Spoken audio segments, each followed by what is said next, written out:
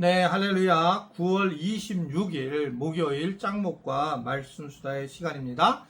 오늘 주시는 말씀은 사도행전 10장 8절부터 20절의 내용의 말씀입니다. 하나님 말씀을 보시겠습니다. 바울이 회당에 들어가 석 달 동안 담대히 하나님 나라에 관하여 강론하며 권면하되 어떤 사람들은 마음이 굳어 순종하지 않고 무리 앞에서 이 도를 비방하거늘 바울이 그들을 떠나 제자들을 따로 세우고 두란노 소원에서 날마다 강론하니라. 2해 동안 이같이 하니 아시아에 사는 자는 유대인이나 헬라인이나 다 주의 말씀을 듣더라. 하나님이 바울의 손으로 놀라운 능력을 행하게 하시니 심지어 사람들이 바울의 몸에서 손수건이나 앞치마를 가져다가 병든 사람에게 얹으면 그 병이 떠나고 악귀도 나가더라. 이에 돌아다니며 마술하는 어떤 유대인들이 시험삼아 악귀 들린 자들에게 주 예수의 이름을 불러 말하되 내가 바울이 전파하는 예수를 의지하여 너희에게 명하노라 하더라. 유대의 한 제사장 스게와의 7 아들도 이 일을 행하더니 악귀가 대답하여 이르되 내가 예수도 알고 바울도 알거니와 너희는 누구냐 하며 악귀 들린 사람이 그들에게 뛰어올라 눌러 이기니 그들이 상하여 벗은 몸으로 그 집에서 도망하는지라. 에베소에 사는 유대인과 헬라인들이 다 이 일을 알고 두려워하며 주 예수의 이름을 높이고 믿은 사람들이 많이 와서 자복하여 행한 일을 알리며 또 마술을 행하던 많은 사람이 그 책을 모아가지고 와서 모든 사람 앞에서 불사르니 그 책값을 계산한즉 은 5만이나 되더라. 이와 같이 주의 말씀이 힘이 있어 응왕하여 세력을 얻으니라. 이제 바울이 회당에 들어가서 3개월 동안 하나님 나라를 강론을 하게 됩니다. 그런데 어떤 사람들은 이 말씀을 들었고 순종하고 변화되는 사람이 있었잖아요. 어제 볼 때도. 그러니까 에베소에 있던 사람들은 그렇게 됐지만 근데 어떤 사람은 마음이 굳어서 순종하지 않고 비방을 했다라고 하는 것이 이제 오늘 9절에 나와 있는 그런 말씀이에요. 그러니까 이제 그 하나님의 그 보내심을 받은 사도에 대해서 반대하는 사람들의 특징이 있어요. 마음이 굳어 있다는 겁니다. 마음이 소프트하지 않아요. 그리고 순종하는 마음이 없고 또 무리 앞에서 비방해요. 비방.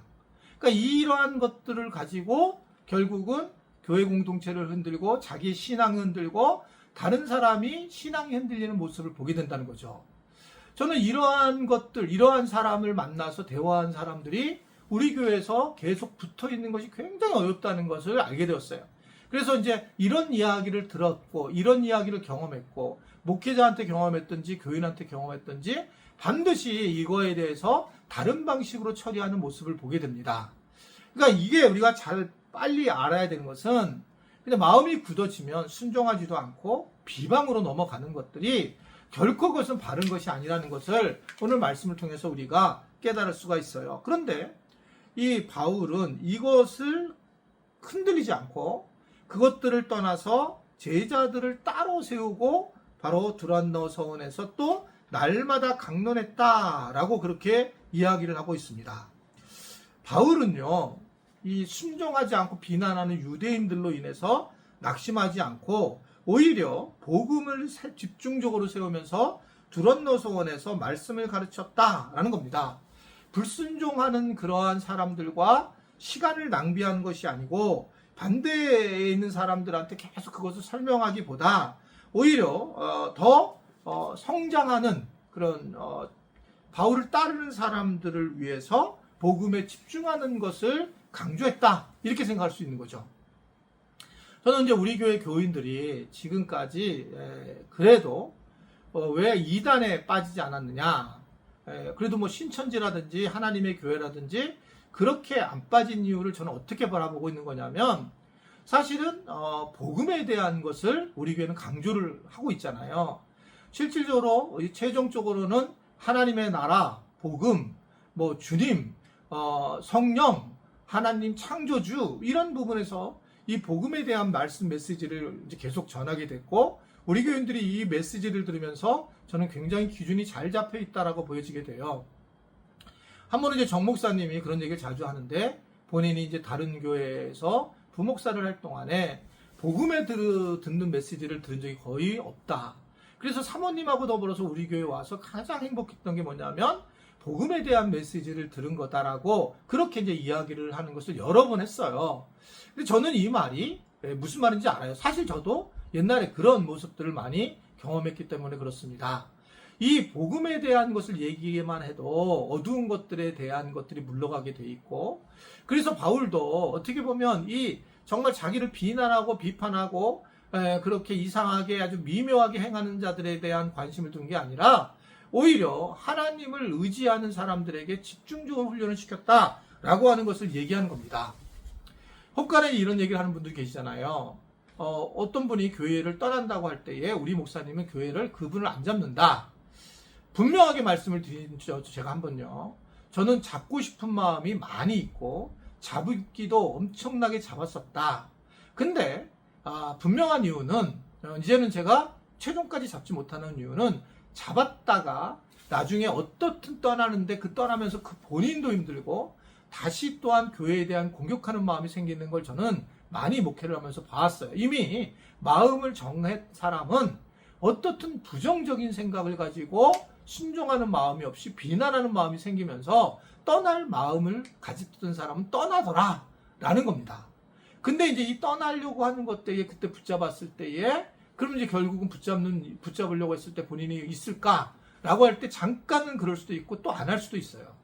근데 왜 교인들은 왜 목사님은 떠나는 것에 대해서 왜 이렇게 안 잡냐라고 할 때 저는 본인들도 자기들이 떠날 때 안 잡을 거라는 생각 때문에 그럴 거라고는 생각해요. 솔직하게 생각을 한번 해보시면 그럴 거예요. 그러니까 그러나 내 마음에는 교인들이 떠나는 게 얼마나 힘들겠어요. 그런데 거기에 내가 집중을 하게 되면 오늘 말씀에 나온 것처럼 결국은 계신 분들에게 내가 잘하는 게 중요하지 떠난 사람들을 붙잡고 찾아가서 신방하고 여기에 집중하는 게 맞나? 저는 그게 목회라고 생각하지 않습니다. 마음은 힘들고 안타까운 마음 있지만 물론 요사이 이제 떠나는 분이 없어서 너무 감사하지만 그렇게 저는 생각을 분명하게 하고 있어요. 떠나는 분들에 대해서 안타까움을 갖고 있지만 저는 그분들을 목회하는 게 아니라 남아있는 분들을 목회하는 사람이고 그래서 두란노 성원의 말씀을 전했던 것처럼 저도 그렇게 말씀을 전하고 싶은 그런 상황이 되고 바울도 그런 일을 했더니 어떻게 방향을 정했더니 놀라운 이적들이 귀신들이 내쫓음을 받는 그런 상황이 일어났다라고 하는 것이 오늘 뒷부분에 나와 있는 결과의 말씀입니다. 아무쪼록 이게 그냥 단순한 문제가 아니라 이러한 미묘함이 목회 안에 있다는 걸 알고 저를 또 이해도 해주시고 또 저도 또 한 번 다시 한번 어제와 더불어 기도도 해주시고 또 우리 지체들도 이러한 마음을 먹을 때에는 내가 이러이러한 모습 때문에 자꾸 비판적인 것이 나오는구나 하는 걸 또 알아서 어둠 영적인 부분에서 이겨나갈 수 있는 우리 지체들이 될 수 있게 되기를 간절히 바랍니다. 기도하겠습니다.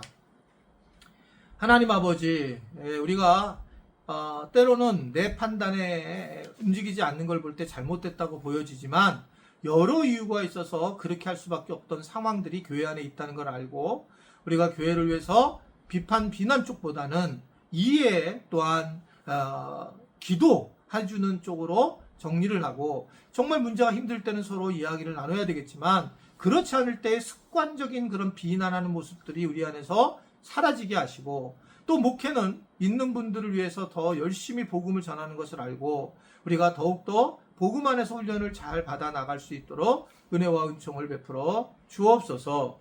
예수님의 이름으로 기도드리옵나이다. 아멘.